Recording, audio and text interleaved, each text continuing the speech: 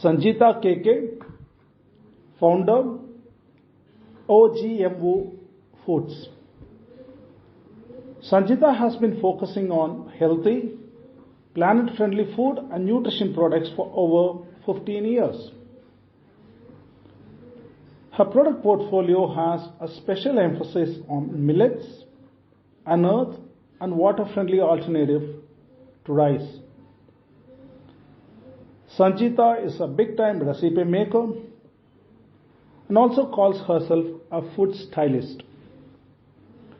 She has done over 100 TV commercials in the last 1 decade. We seem to have a celebrity in front of us, don't we? Sanjeeta KK, OGMO Foods.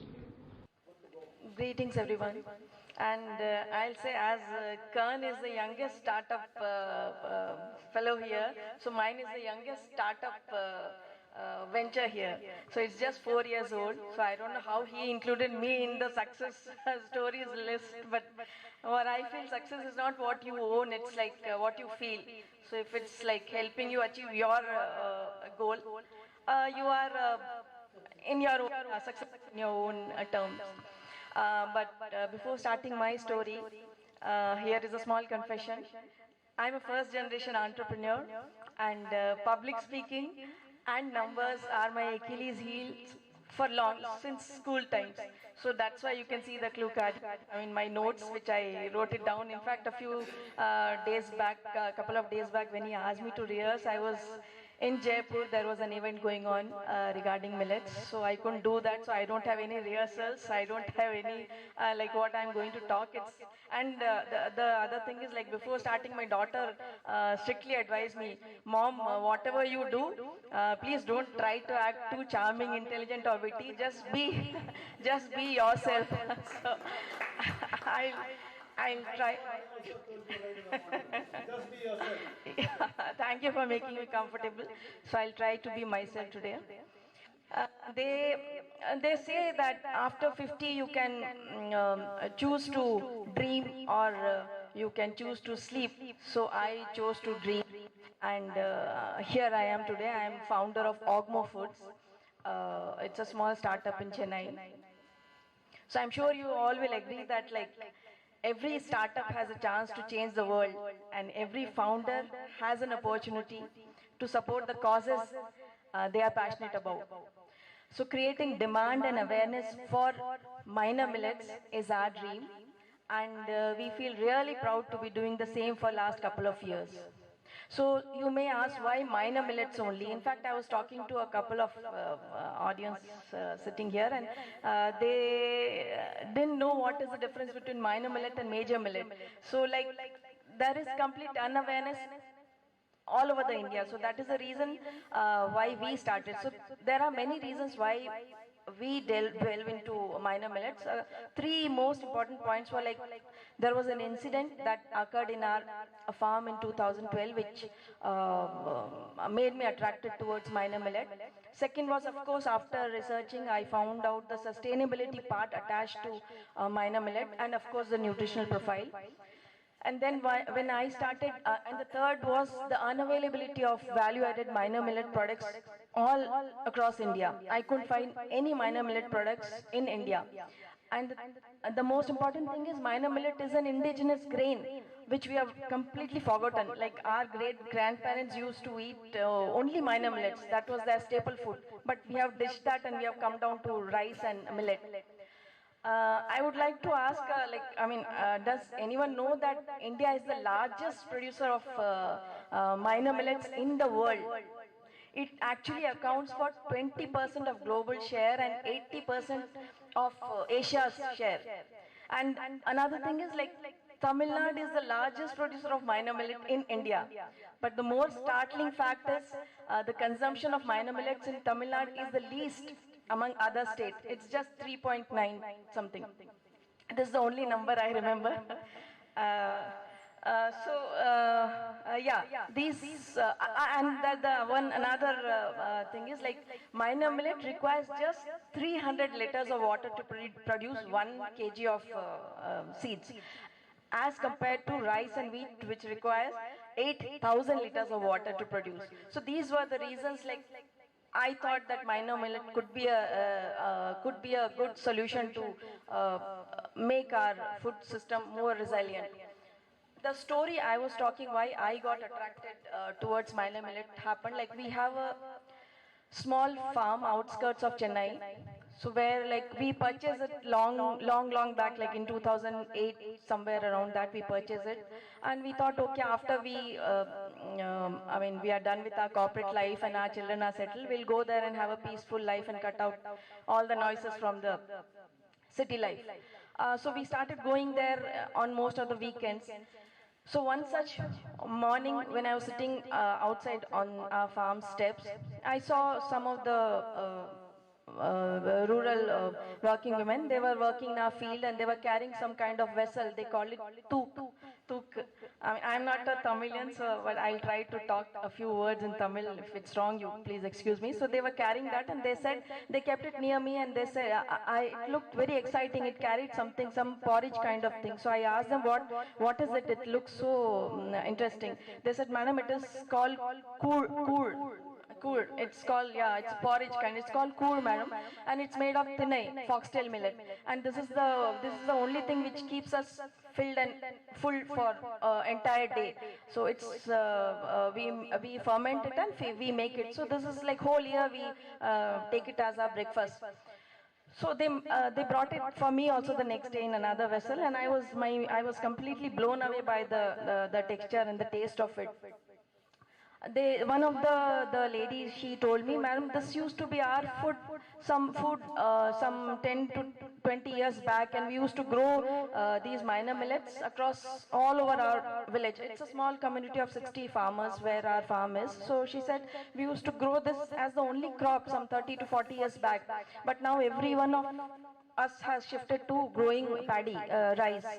And she also concluded that because of which what has happened, madam, is like we face lots of issues. Our water levels have depleted, the soil has degraded, and we face a lot of health issues because of the chemicals we use to grow paddy, which is not required for millet. So I just asked them, okay, if that is the case, in that case, why don't you again grow back? Why don't you again go back to growing minor millet? She just said, is there any demand, madam, in India? I have not seen anything. So like that was a trigger point of my of us starting this OGMO Foods. I started doing research, and I met a lot of industry experts and internet, and then I found out, like, experimented lots of recipes. I started taking advice from other, like from nutritionists who are into our panel today, and the doctors who work with us. And we formulated a few products initially in 2015.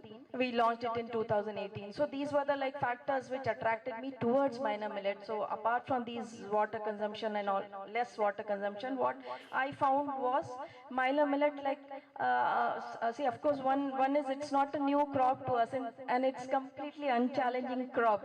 And apart from the water consumption, which is almost 70% lesser than rice and all, it requires no pesticides or fertilizers to grow. And then another good thing is, like, it can play as a major food substitute for children and women to curb malnutrition.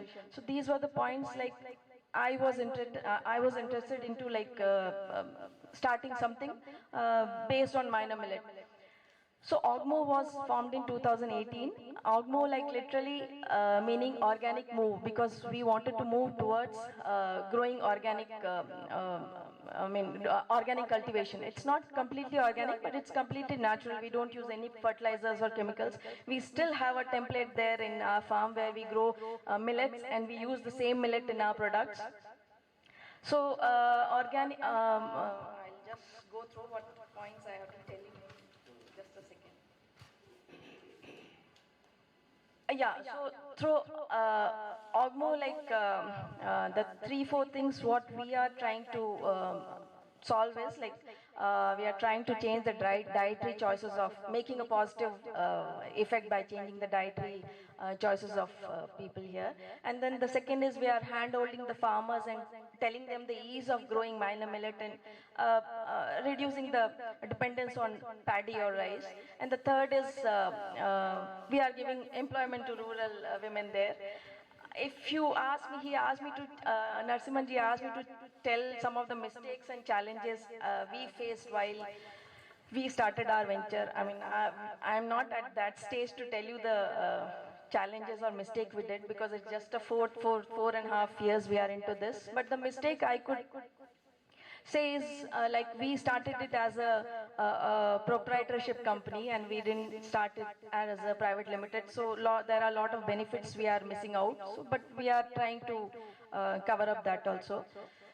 Another mistake, if you ask, the challenge, if you ask me, what are the challenges we face is, of course, the supply side and the unawareness about the minor millet. And the challenges we face is the rural women who are not able to, like when we ask them to work and operate the machines, we find it very difficult for them to work. So, like I'll tell you a small incident when we started our factory, and the second day I asked them, okay, some of our, we employ all rural women there, so I asked them, okay, just bring 1 kg of thinai, 200 grams of raisins, and 100 grams of pumpkin and chia seeds, and I found them, all of them were standing near me and they were staring. I was telling what happened.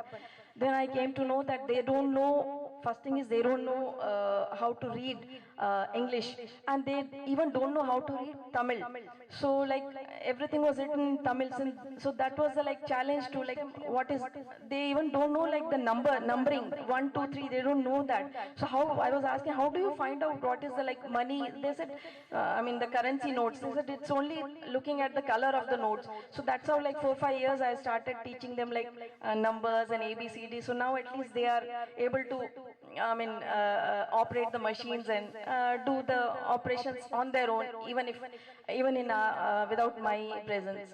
So I think I'll summarize my talk with a few lines that our PM spoke in UN Assembly. He was telling like we all are trying to reduce our carbon emissions, but none of us are trying to make changes in our lifestyle.